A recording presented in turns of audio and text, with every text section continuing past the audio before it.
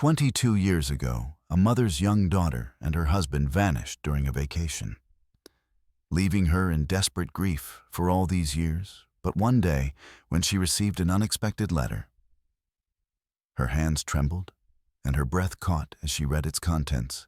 What she uncovered about the true cause of her daughter's disappearance was beyond anything she could have imagined, and a revelation that would shake her to her core. Let us know where you're watching from today. And if you like this story, don't forget to subscribe. Evelyn Harper, a 65-year-old woman with graying hair and tired eyes, stepped into her new house in California, clutching a box stacked with a thick document envelope. The air was dense with the scent of cardboard and fresh paint, a stark contrast to the familiar smells of her old home in New York. Larger moving boxes were stacked haphazardly throughout the space, a testament to the monumental change she was undertaking. As she entered, one of the move approached her, a young man with a friendly smile. "Mom, let me take that for you," he offered, reaching for the box in her arms. Evelyn shook her head, managing a small smile. "No, thank you. It's not heavy at all, just some old family photos and paperwork." Her voice held a hint of weariness, but also a touch of protectiveness. Over the memories she carried, she made her way to the dining room where she gently placed the box on the table. The mover followed, clipboard in hand. "If you could just sign this completion form, ma'am," he said, holding out a pen. As Evelyn took the clipboard, her eyes caught on the moving cost, $3. 500, the number seemed to mock her, a tangible representation of the distance between her old life in New York and this new uncertain future in California. With a slightly trembling hand, she signed the document and handed over the payment. "Thank you, ma'am," the mover said, tipping his hat. "We appreciate your business. Good luck with settling in with that." He and his colleagues departed, leaving Evelyn alone. In the quiet house for a moment, she stood still, listening to the unfamiliar creaks and settling sounds of her new home. Then, with a deep breath, she pulled the plastic covering off the dining table and chairs. The furniture underneath was familiar, a small comfort in this sea of change. Evelyn sat down, her fingers tracing the worn edges of the box. She was about to open it when the sound of the front door opening broke the silence. Her sister, Angela Harper, walked in, arms laden with grocery bags. "Evelyn, I brought supplies," Angela called out, her voice warm and comforting. "I thought we could cook tonight. Save us from dining out." While we focus on unpacking, Evelyn managed to smile, though it didn't quite reach her eyes. "Thank you, Angela. That's thoughtful of you." Angela set the groceries on the kitchen counter and made her way to Evelyn, concern etching her features. "How are you feeling, Eve? I know this can't be easy, selling the old family house in New York and moving all the way out here."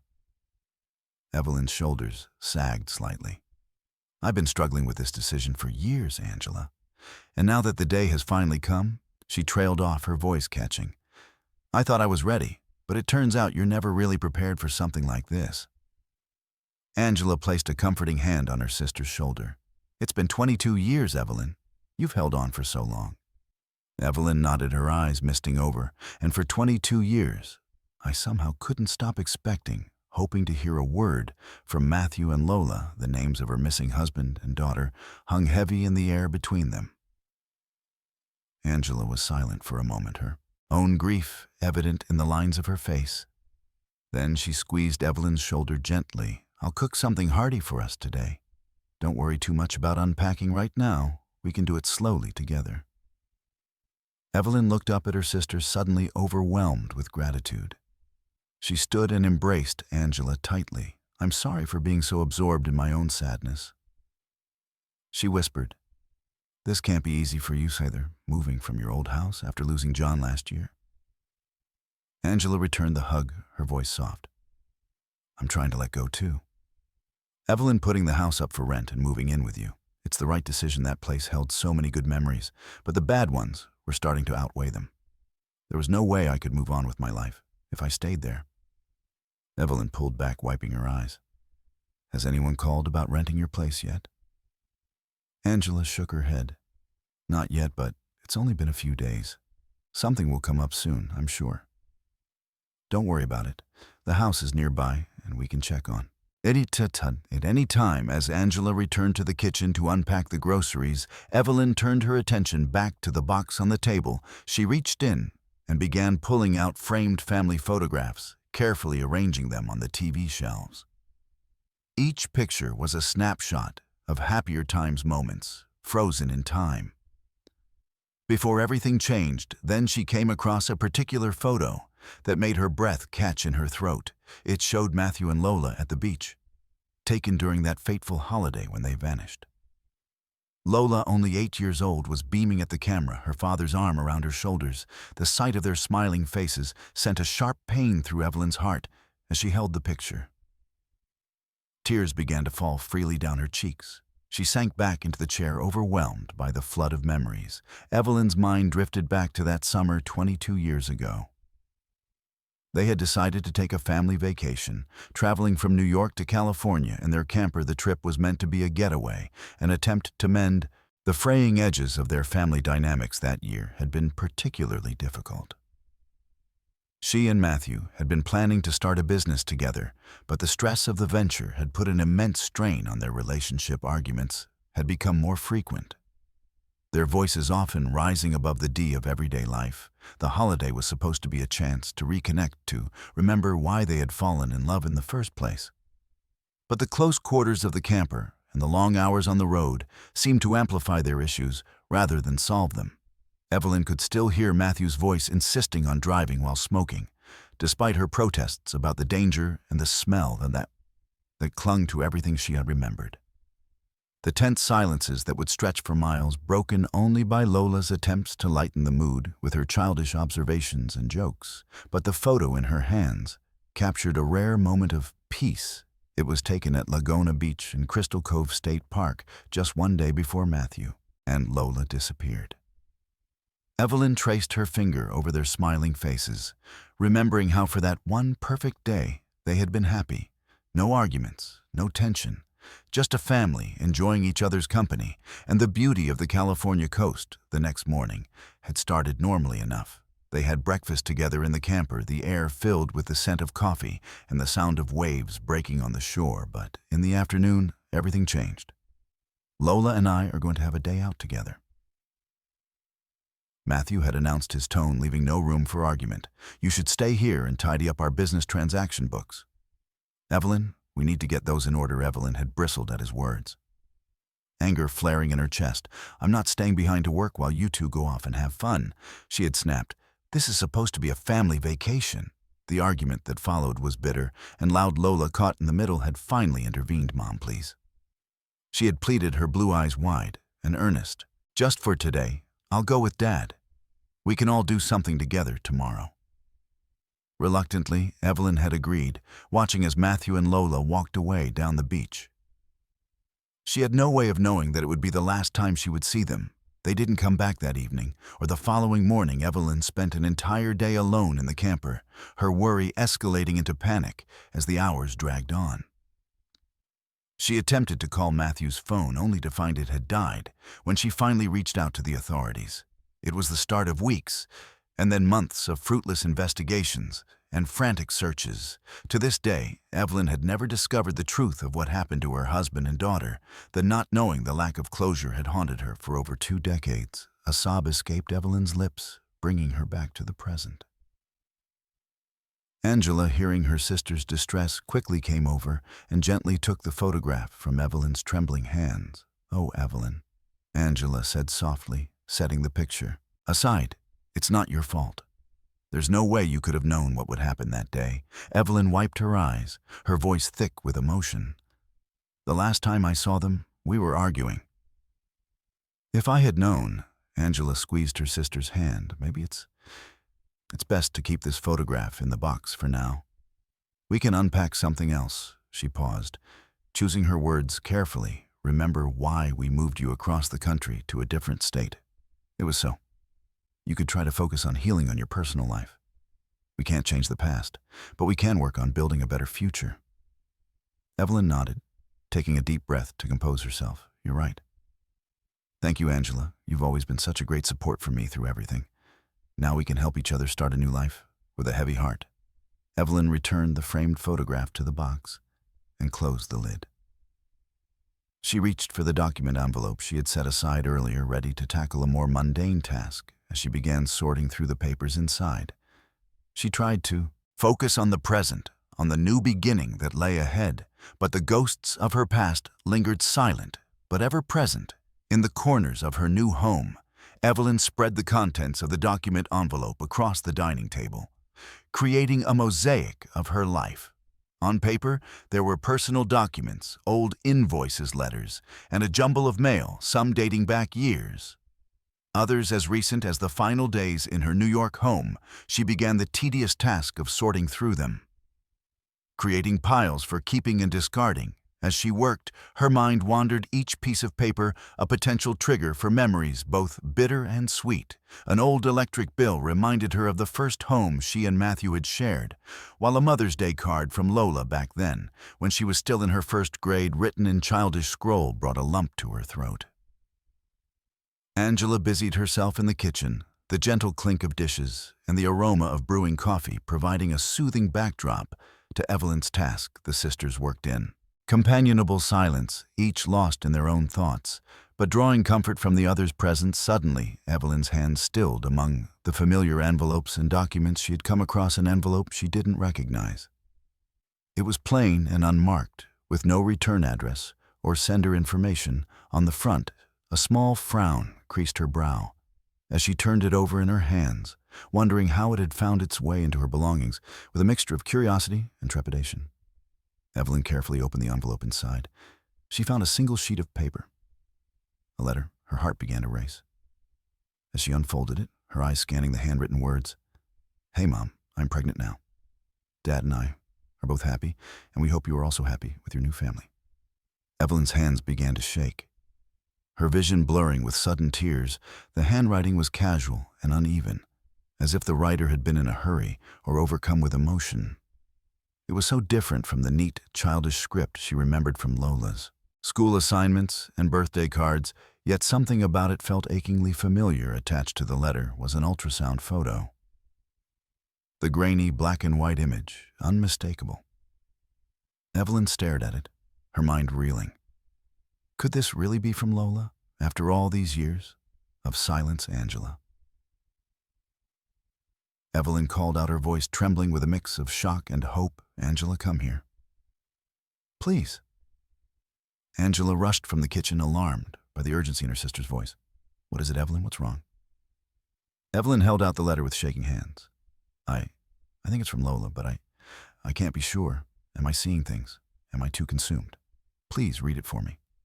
Angela took the letter, her brow furrowed with concern as she read the short message. Her eyes widened in surprise. "Oh my God," she breathed. "Evelyn, this does seem to be from Lola." Evelyn's heart pounded in her chest. "Where did you find this?" Angela asked. Looking at the envelope, it was mixed in with my mail from New York. Evelyn explained, her voice barely above a whisper. "It must have arrived in the last few days or the last week before I left. I was so busy with the move, I didn't go through most of my mail." Angela studied the letter again, her expression a mix of hope and caution. "Evelyn, we need to be careful here. This is, well, it's incredible if it's real, but we need to consider all possibilities." Evelyn nodded, though her eyes never left the ultrasound photo. After 22 years of silence, of not knowing, this small piece of paper felt like a lifeline. It was a connection, however tenuous, to the daughter she had lost. "Is there anything else in the envelope?" Angela asked, gently prompting her sister to focus. Evelyn blinked, coming out of her daze. She carefully checked the envelope again and found another larger ultrasound picture that she had initially overlooked. As they examined it together, Evelyn noticed details she had missed in her initial shock look. She said, pointing to the lower corner of the image, "It says the baby is 37 weeks, almost due." Angela leaned in closer, her eyes scanning the photo. "Evelyn," she said slowly, "do you see the patient name here? It says Nain Colton." Evelyn's heart sank for a moment, but she quickly rallied. "But who would send me a fake letter with a fake ultrasound 22 years after my family's disappearance? It doesn't make sense." Her finger traced over another detail on the photo and looked the date of birth. Here, October 18th. That's Lola's birthday. Angela frowned, clearly struggling to make sense of the situation. The letter has no sender address. Evelyn, is it possible it was sent to the wrong address? Maybe it belongs to one of your old neighbors, but Evelyn was already shaking her head no. Angela, the letter, it fits. It matches our circumstances too well to be a coincidence. Angela sighed, her expression torn between hope for her sister and fear of seeing her hurt again. Evelyn. The letter could mean anything. Many families go through different arrangements and situations. Before she could finish, the shrill wool of the kettle interrupted their conversation. Angela excused herself to tend to it, leaving Evelyn alone at the table with the letter and ultrasound photos. As the sound of Angela preparing tea drifted from the kitchen, Evelyn found herself studying the letter again. Her mind raced with possibilities. Should she go back to New York and give this new evidence to the police? Would they even take it seriously? After all this time from the kitchen, Angela called out, "Let's not rush into anything, Evelyn. Even if the letter is truly from Lola, why would she send this ultrasound image? After 22 years with such a cryptic message, they sound happy. And well, maybe they had left on purpose. Maybe there isn't any crime or horrible thing behind their disappearance." Evelyn's breath caught in her throat. "Are you saying they just wanted to leave me back then? Because of the arguments and our complicated family life?" Angela's voice was gentle but firm as she returned with 2 steaming mugs of tea. "What I mean is that maybe you just have to come to terms with it and let the past go. We can't change what happened, but we can choose how to move forward." Evelyn sat in silence, processing her sister's words. As she absently traced her finger over the ultrasound image attached to the letter, she realized it wasn't entirely glued down. Curious, she carefully peeled it back. On the reverse side of the image, barely visible, was a faint print. Evelyn squinted as she put on her reading glasses, making out the word Starlight Medical Center with trembling hands. Evelyn reached for her phone and quickly searched for the facility. Her heart leaped when she saw the results.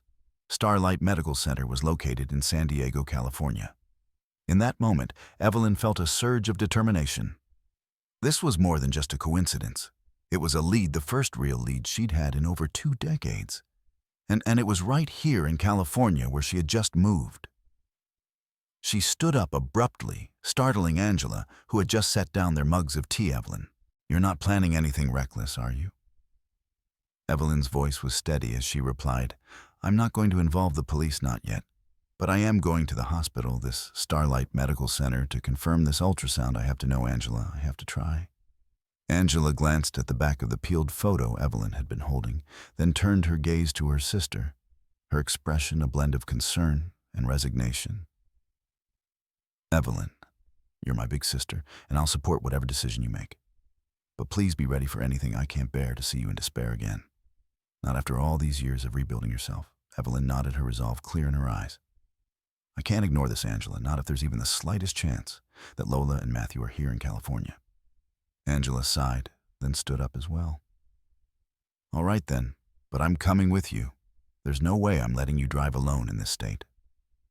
As they gathered their things and headed for the door, Evelyn felt a mix of fear and hope swirling in her chest. After 22 years of darkness, a small light had appeared. Whether it would lead her to answers or more questions remained to be seen, but for the first time in a long time, Evelyn Harper felt the stirring of real hope. The drive to Starlight Medical Center took about 15 minutes. Though to Evelyn, it felt like hours. Her hands gripped the steering wheel tightly, her knuckles white with tension. Angela sat beside her, occasionally offering directions. As Evelyn was still unfamiliar with the area and struggled with the GPS technology, as they pulled into the hospital parking lot, Evelyn's heart raced. The building loomed before them, its windows reflecting the afternoon sun. It seemed both welcoming and intimidating, a place of healing, but also a potential source of heartbreak. Depending on what they might discover, they climbed out of the car, Evelyn clutching the envelope containing the letter and ultrasound images. Angela placed a comforting hand on her sister's arm as they walked towards the entrance. The automatic doors slid open with a soft hiss. Admitting them into the cool, antiseptic interior of the hospital, the bustling lobby was a hive of activity nurses hurrying past with clipboards, visitors milling about, and the constant background noise of announcements over the PA system. Evelyn made a beeline for the reception desk. Angela, following close behind a young man in scrubs, looked up as they approached, offering a polite smile. "Good afternoon. How can I help you?" he asked. Evelyn took a deep breath. Steeling herself. "Hello, I'm looking for information about a patient here. Her name is Lola Harper." The receptionist's fingers flew over his keyboard as he checked the system. After a moment, he shook his head. "I'm sorry, ma'am. We don't have any current patients by that name." Evelyn's heart sank, but she wasn't ready to give up. She pulled out the ultrasound image from the envelope. "What about this? It has your hospital's name on the back." The receptionist took the image, studying it carefully. His eyebrows rose slightly as he read the information. "This ultrasound belongs to a patient named Naden Cologne," he said, looking back up at Evelyn and Colton. Evelyn repeated the unfamiliar name, feeling strange on her tongue. "Can you tell me anything about her? Is she a patient here?" The receptionist's expression became guarded. "I'm sorry, ma'am, but I can't give out patient information unless you're a family member." "Are you related to Miss Colton?" Evelyn hesitated, unsure how to respond. I don't know. For sure, she admitted softly. "This letter, an ultrasound came in the mail. And I think she might be my daughter, you see. I was separated from her a long time ago." The young man's face softened with sympathy, but he shook his head. "I understand this must be difficult, but without proof of a family relationship, I can't disclose any information about Miss Colton or her medical records. I'm sorry." He handed the ultrasound photo back to Evelyn, who took it with trembling hands. She and Angela stepped away. From the desk, moving towards a quiet corner of the lobby. "It must be a mistake," Angela said softly, trying to comfort her sister. Maybe it was just mail sent to the wrong address after all. Evelyn nodded numbly, though her mind raced with thoughts. They had come so far, she couldn't give up now. The shared birth date of Nyan and Lola Ned, her unanswered question that refused to fade. If only she could find this Nyan and confirm that she was someone else. Putting her doubts to rest as they moved toward the exit, her eyes swept the lobby, darting from face to face, searching for something, anything that might provide a clue, a sign, a path forward. Suddenly, she spotted a nurse helping a patient in a wheelchair into a waiting car, just outside the sliding doors. As the nurse turned her head back inside, Evelyn made a split-second decision. "Excuse me," she called out, approaching the nurse quickly. "I'm so sorry to bother you, but my daughter forgot her purse here a few days ago. I was wondering if you might have seen her." The nurse, a middle-aged woman with kind eyes, paused. "Of course, I'd be happy to help. What's your daughter's name?" Evelyn's mind raced. "Her name is Naden Colton." She said the unfamiliar name, feeling strange on her tongue. Then, almost as an afterthought, she added, "But we often call her Lola." Angela frowned at this deception, but remained still silent, watching the exchange with worried eyes. The nurse's brow furrowed as she tried to recall. "I'm sorry, I don't recognize those names off the top of my head. We see so many patients, you understand. Can you describe her?" Evelyn nodded, her imagination working overtime as she tried to picture Lola. As a grown woman, she has dark blonde hair, deep blue eyes, and a dimple in her right cheek when she smiles. She's pregnant in her 3rd trimester. The nurse's eyes lit up with recognition. "Oh yes, I think I know who you mean. There's a lady matching that description who's been coming here more often for ultrasounds lately. I've seen her a few times in the past several weeks." Evelyn's heart leapt. Could it really be Lola after all these years? The nurse continued. "I've never handled her personally, just seen her in passing once or twice. I helped with her vital checks before she saw her obgy again." Hope surged through Evelyn. This was the closest she'd been to finding Lola in over 2 decades. She opened her mouth to ask more questions, but before she could, the nurse was already moving. "Come with me," she said, gesturing for Evelyn and Angela to follow. "If your daughter left something here, it would have ended up in our lost and found." As they followed the nurse through the Mazike corridors of the hospital, Evelyn's mind world with possibilities. For the first time in years, she allowed herself to imagine a future where she might see her daughter again, where she might hold her grandchild in her arms. But as they approached the lost and found office, a small voice in the back of her mind whispered a warning. What if this was all a mistake? What if Lola didn't want to be found? What if the answers she sought would only bring more pain? Evelyn pushed these thoughts aside. She had come too far to turn back now. Whatever lay ahead, she would face it. For now, all she could do was follow the thread of hope and see where it led. The nurse led Evelyn and Angela to a small office tucked away in a quiet corner of the hospital, a sign above the door. Read "Lost and Found" in old and faded letters. The nurse knocked briefly before opening the door. This is where anything lost in the hospital ends up. She explained, if your daughter left her purse a few days ago, it should be here with a kind smile. She excused herself, leaving Evelyn and Angela with the lost and found attendant. Evelyn approached the counters, her heart pounding. "Hello." She began, her voice slightly shaky. "I'm looking for a purse that might belong to." She hesitated for a moment, then continued, "Noiden Colton," as the attendant began searching through the shelves behind the counter. Angela pulled Evelyn aside. "What are you doing?" she whispered urgently.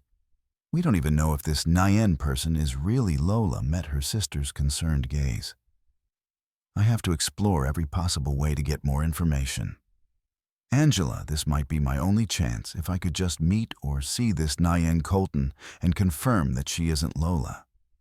It would. Her voice trailed off, the weight of her uncertainty hanging in the air. Their hushed conversation was interrupted by the attendant return. "I'm sorry," he said, "but I couldn't find any belongings under the name Noiden Colton. Can you tell me exactly when your daughter might have left her purse?" Evelyn's mind raced as she tried to weave together a plausible story from the fragments of information she had on. She recalled the nurse mentioning that Nain had been visiting more frequently, several times a week. "It was 3 or 4 days ago, I think," Evelyn said hesitantly. "I'm not entirely sure." The attendant nodded, turning to his computer. "Let me check our database." Sometimes items are logged, but not yet physically placed on the shelves or moved. He looked up at Evelyn. "I'll need some additional information to confirm date of birth." Evelyn's heart skipped a beat. She remembered the date on the ultrasound, October 18th, Lola's birthday, October 18th. She said, hoping her voice sounded confident. The attendant typed for a moment, then nodded. "All right, I see a Nan Colton in our system. She's under the care of Dr. Teresia Norris, in obstetrics and gynecology." Evelyn nodded, trying to hide her surprise and relief. "Yes, that's right. The last time any lost belonging was registered here under the name Colton was about 3 months ago," the attendant continued. "Are you sure it was just a few days ago?" Evelyn's mind scrambled for an explanation. "Oh, I see. Well, maybe someone else came across it and took it." The attendant offered a polite but measured response. "If any of the hospital staff found it, they would have brought it here to the lost and found. However, if someone else came across it, perhaps another visitor, there's a chance they might have decided to keep it. Unfortunately, we can't guarantee what happens in those cases." Evelyn nodded, her expression softening. "I see. Okay, I'm sorry for the confusion." The attendant smiled kindly. "No problem at all. I'm sorry we couldn't be of more help." As they walked away from the lost and found office, Angela grabbed Evelyn's arm again. "Evelyn, let's go home for real this time. We're taking this too far. We shouldn't be lying about being family to someone we know nothing about." Evelyn turned to her sister, her eyes pleading. "Angela, Lola and this Nan share the same date of birth. The letter was sent to my address. This can't all be coincidence." Angela sighed, her expression torn between sympathy and concern. "I know you, Eve. You don't give up easily, but please be careful what we're doing. Lying about identity and familial relationships, it's illegal. We could get into serious trouble." Evelyn nodded, acknowledging her sister's words. "I understand the risks, Angela, but I have to see this through. I've waited 22 years for any sign of Lola. I can't walk away now." She paused, then added, "All right. Let me try one more time. We'll go to Dr. the Norris's room and see what we can find if we can't get any more information." I promise we'll head home. Angela met her gaze, her expression soft but firm. Okay then.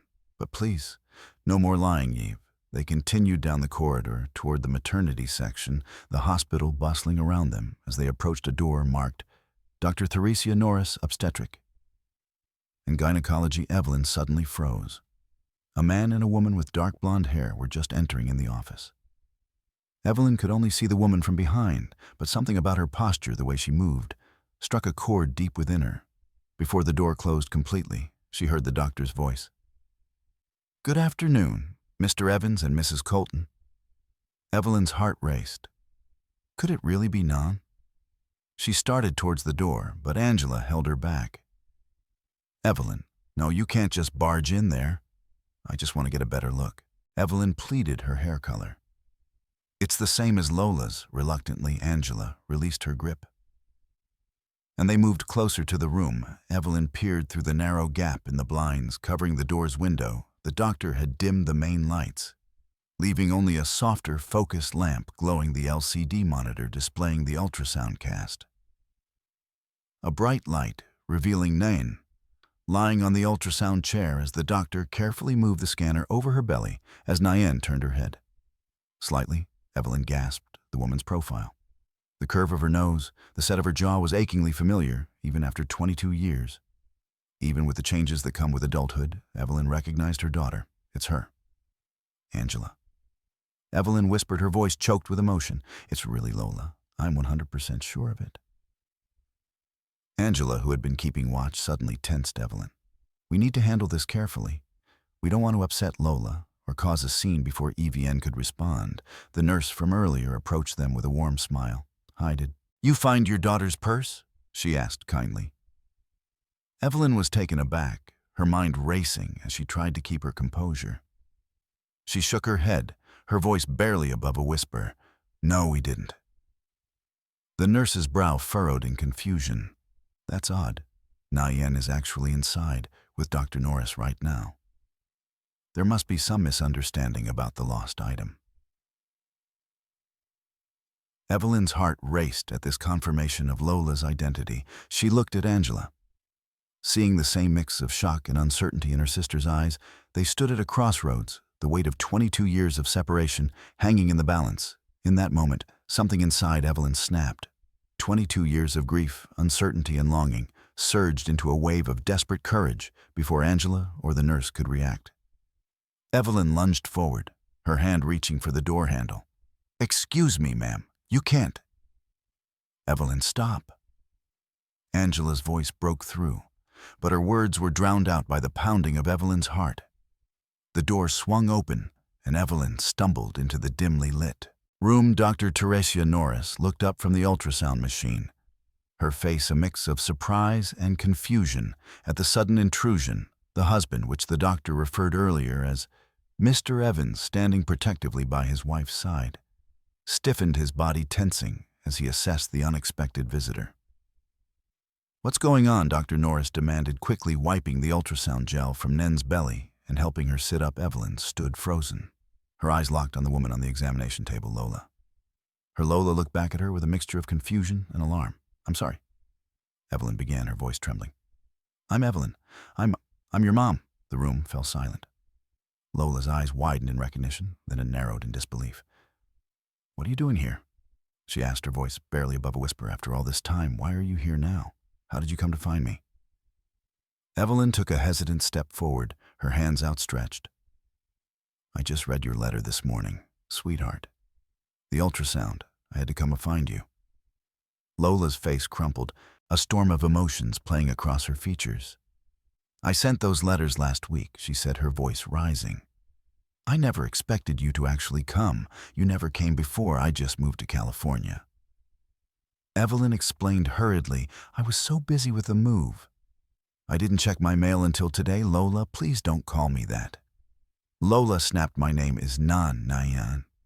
Colton Caleb moved closer to his wife, his posture protective. "I think you should leave," he said firmly to EVN. "You're scaring her." But Evelyn couldn't move. She was rooted to the spot, drinking in the sight of her daughter after so many years. "Lola Nan," she corrected herself. "I don't understand. Why did you change your name?" Why, after 22 years of leaving me, did you decide to reach out now? Nayan let out a bitter laugh. Me leave you, is that what you think happened? She shook her head in disbelief. I've sent you dozens, probably hundreds of letters over the years. You never replied. You never came to find me. Dad told me you didn't want to see us anymore because you had a new family, you left us. Evelyn felt as if the floor had dropped out from beneath her. What? No, that's not Lola. You were so little back then. You and your father were the ones who disappeared that day at the beach. I've been searching for you ever since confusion clouded Nin's features. What are you talking about? That's not what happened at all. Dr. Norris, who had been watching the exchange with growing concern, stepped forward. I think we all need to calm down. This is clearly a very emotional situation, but we need to consider Nayan's condition. Stress isn't good for her or the baby. Evelyn nodded, trying to compose herself. I'm sorry, I didn't mean to burst in like this. It's just, I've been waiting for so long, hoping to hear anything about you. I never received any letters, Lola. I lived alone all this time searching for you. I just moved in with your Aunt Angela. At the mention of Angela's name, Nen's expression softened slightly. Aunt Angela, she's here too, as if on cue. Angela appeared in the doorway, slightly out of breath. I'm here, sweetheart, she said, her voice gentle. I'm so sorry for all of this confusion, but please believe your mother.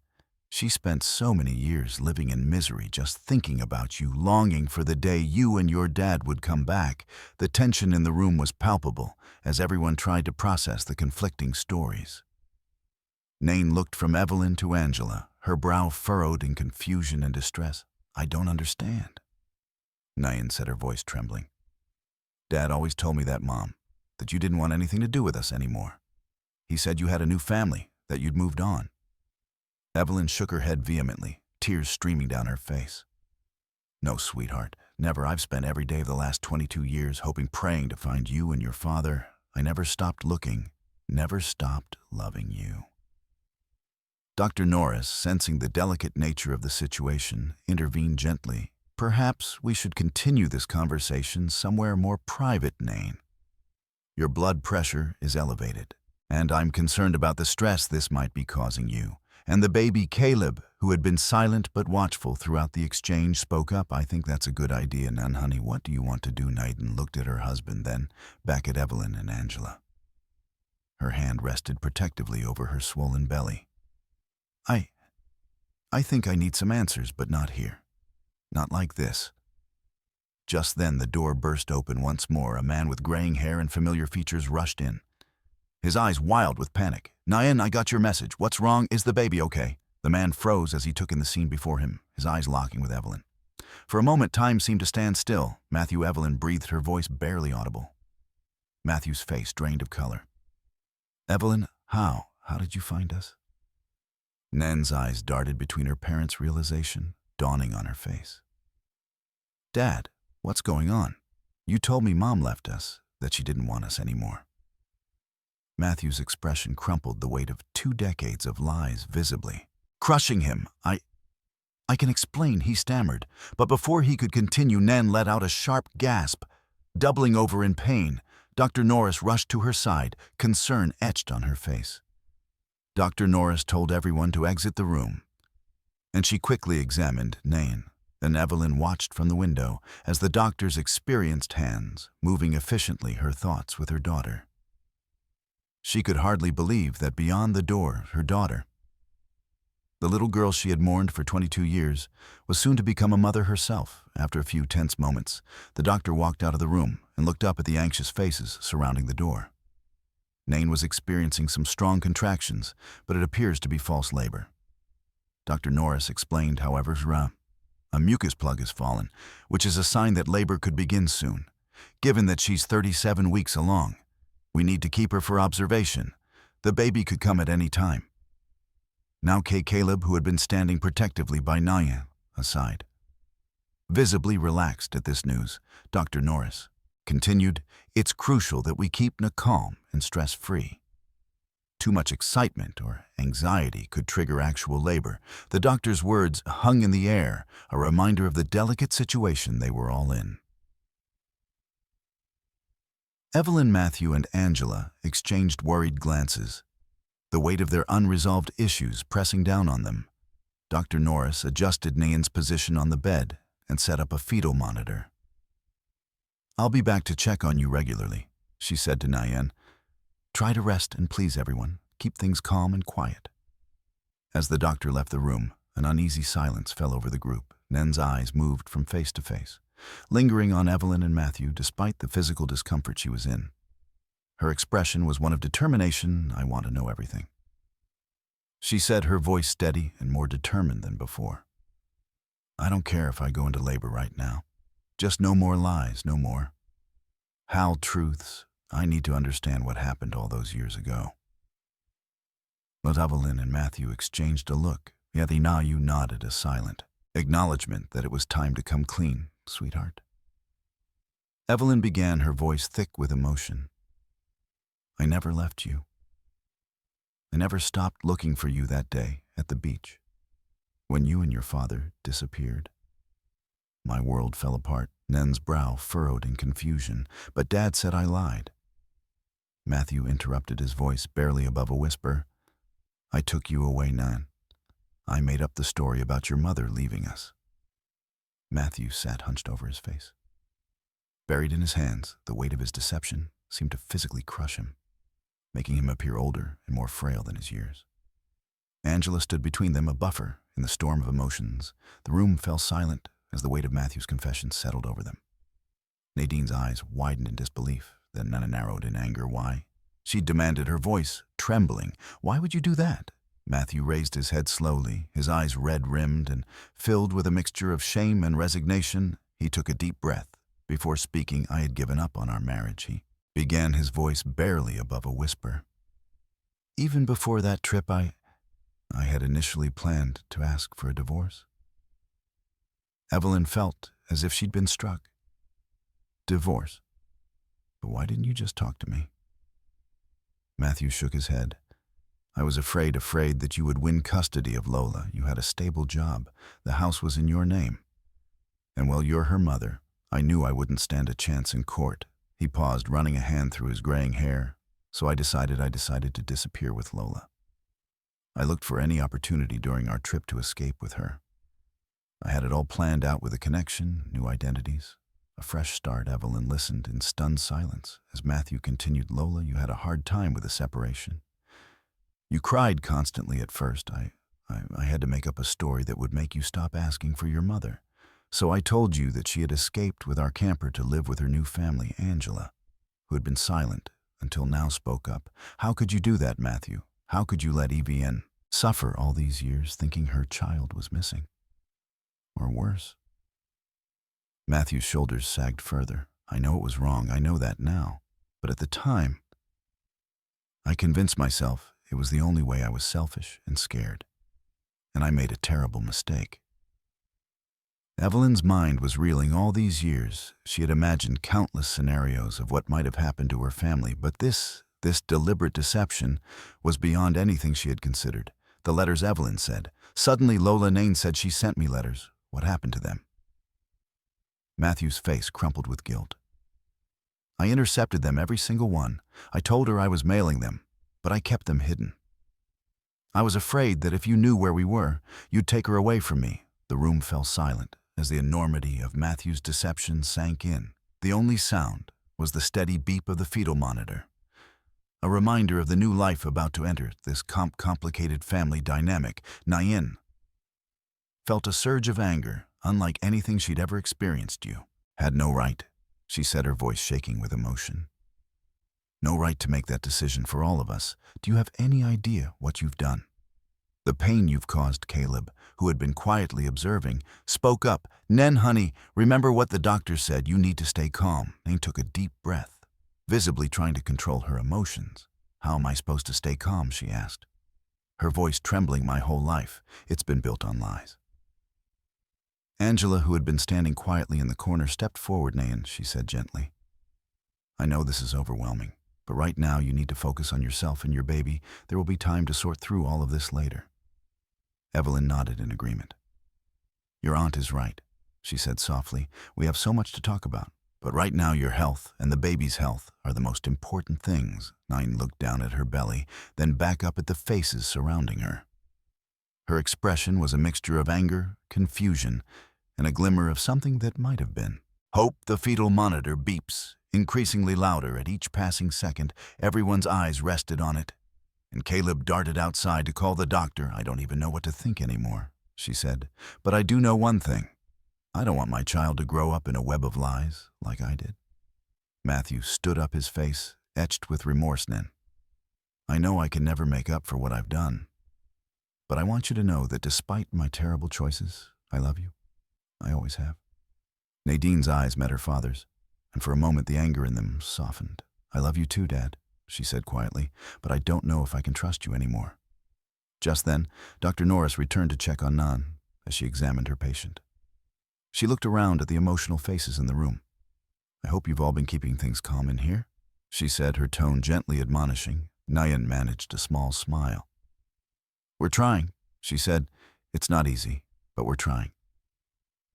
Dr. Norris nodded approvingly. "Good, because it looks like things are progressing, Nain. You're starting to dilate. It might still be a while, but I think this baby is getting ready to make an appearance." She paused, her tone shifting slightly. "Given the specific circumstances, I would advise everyone except Nen's husband to exit the room to ensure there's enough space and calm for the labor process." The tension in Nen's hospital room was palpable as her contractions intensified with Dr. Norris's warning that only one person would be allowed to stay in the room.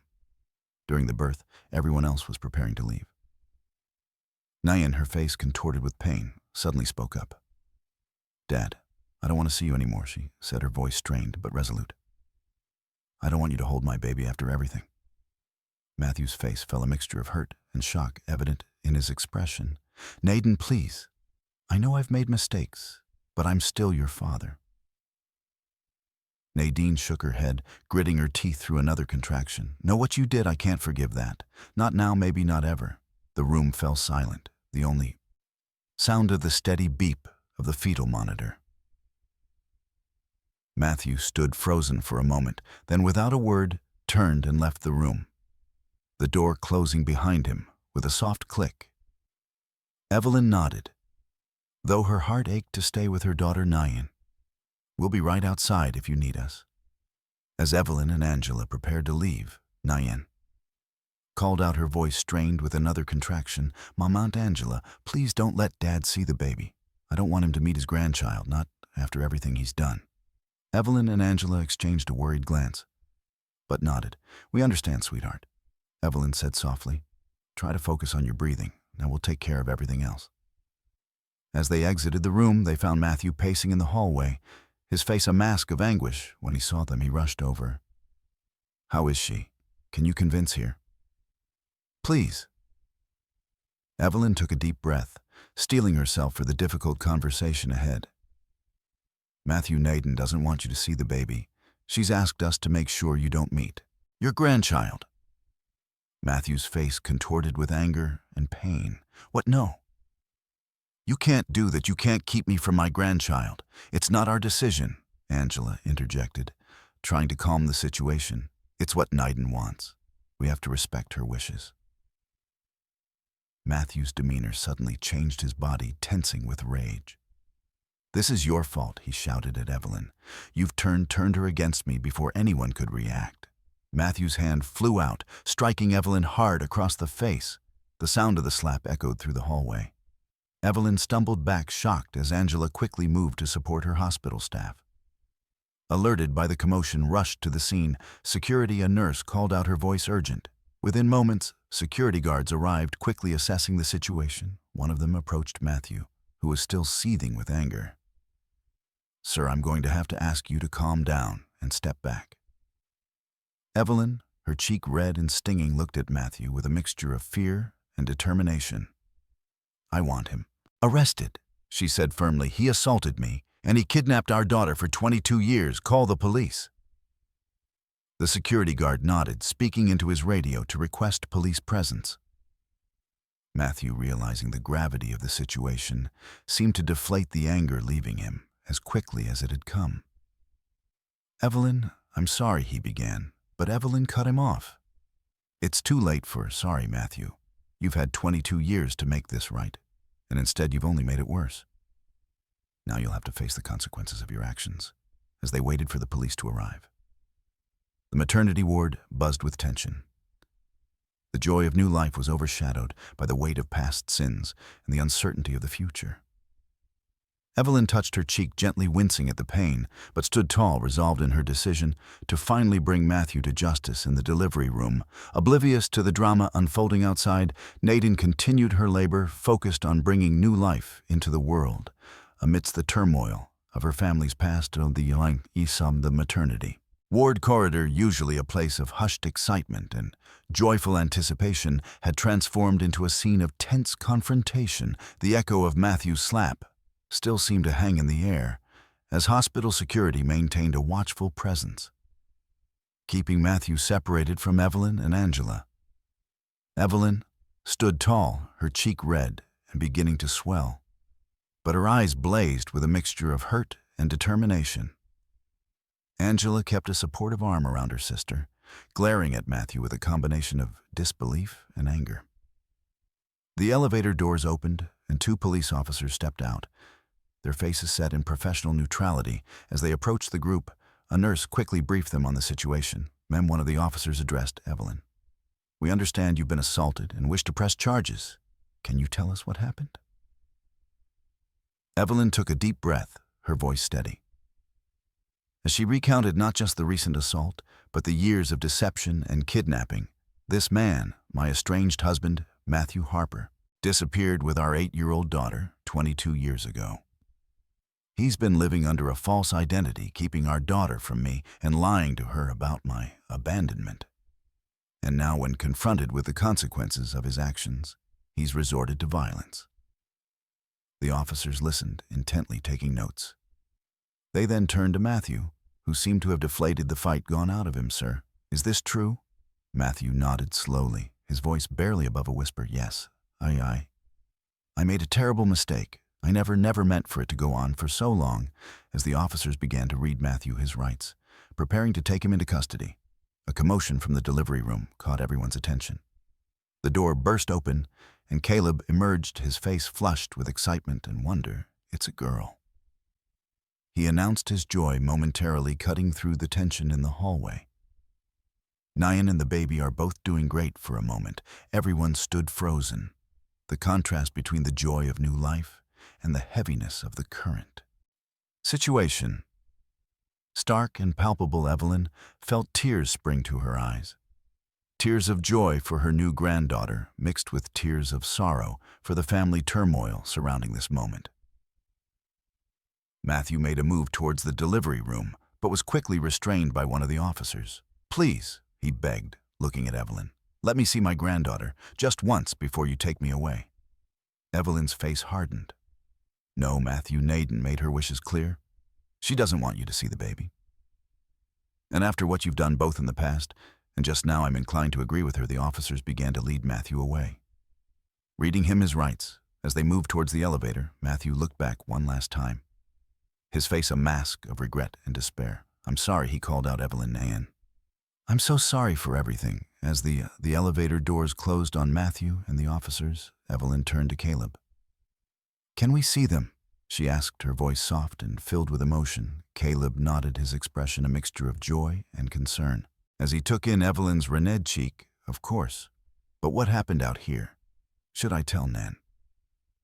Angela stepped in. "Let's focus on the baby for now.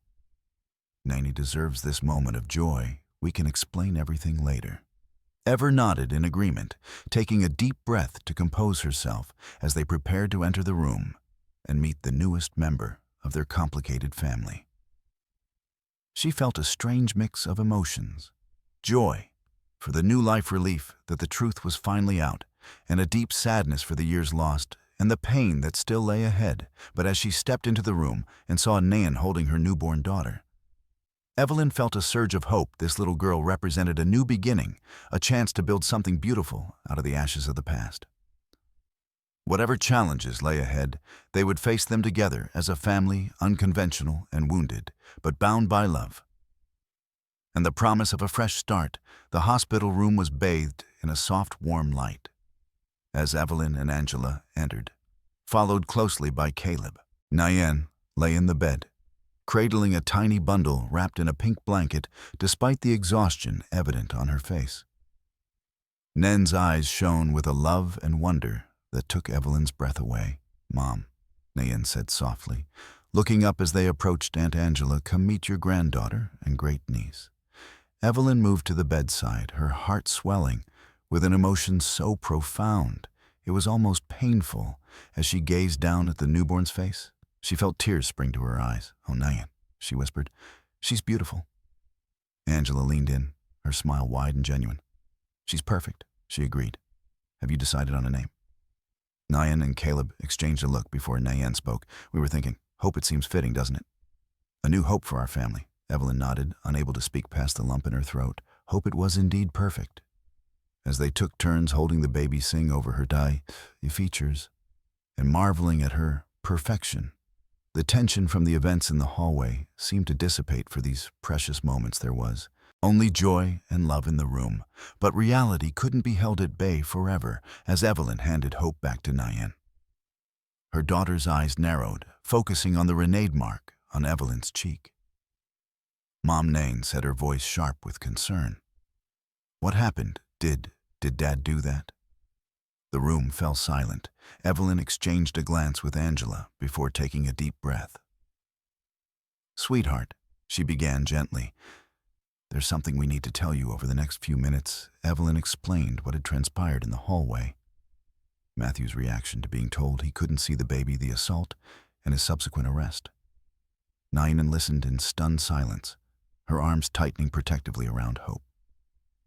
When Evelyn finished, Nen's eyes were filled with a mixture of anger and sadness. "I can't believe he would do that," she said softly. "Actually, no, I can believe it. It's just one more betrayal on top of everything else." Caleb put a comforting hand on his wife's shoulder.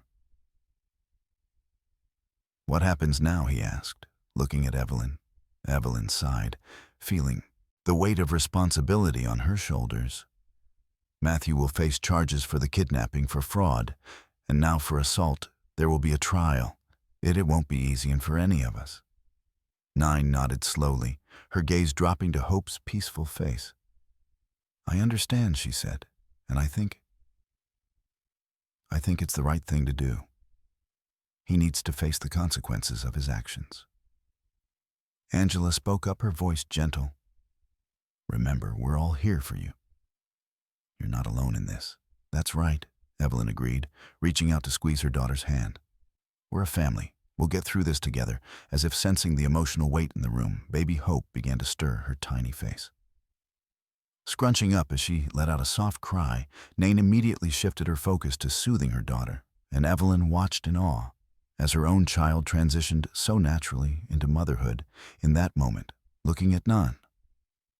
And Hope Evelyn felt a renewed sense of purpose. The road ahead would be difficult, filled with legal battles, emotional confrontations, and the challenge of rebuilding trust. But they had each other, and they had Hope, both the baby and the feelings she represented. "You know," Evelyn said softly, "when I woke up this morning, I never could have imagined this is how the day would end. But despite everything, I'm grateful to have you back in my life. Grateful for this beautiful granddaughter, grateful for the chance to start a new." Nayan looked up at her mother, a small smile playing on her lips. "I'm grateful too, Mom. For the truth finally, and for the chance to get to know you, the real you. Not the version Dad created in his lies." As the family gathered around Nayan and Hope, there was a sense of a new chapter beginning. The past couldn't be changed, but the future was full of possibilities. It wouldn't be easy, but they were determined to face it together, bound by love, truth. And the tiny miracle that was baby Hope, the story of their family, was far from over. In many ways, it was just beginning.